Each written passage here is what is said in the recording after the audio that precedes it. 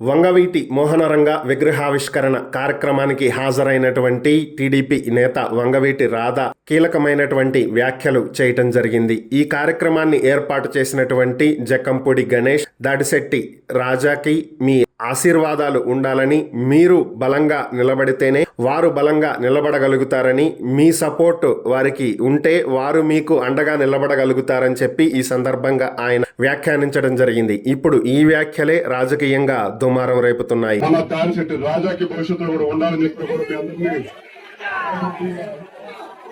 ఆశీర్వచనమే వాళ్ళకి అండ. వాళ్ళు బలంగా ఉంటేనే రేపు మీకు ఏదైనా సరే చేయగలుగుతారని చెప్పి కూడా మీ అందరికి తెలియజేస్తూ, మన దాడిశెట్టి రాజాకి భవిష్యత్తులో కూడా ఉండాలని చెప్పి కూడా మీ అందరినీ ఆశీర్వచనమే వాళ్ళకి అండ. వాళ్ళు బలంగా ఉంటేనే రేపు మీకు ఏదైనా సరే చేయగలుగుతారని చెప్పి కూడా మీ అందరికి తెలియజేస్తూ,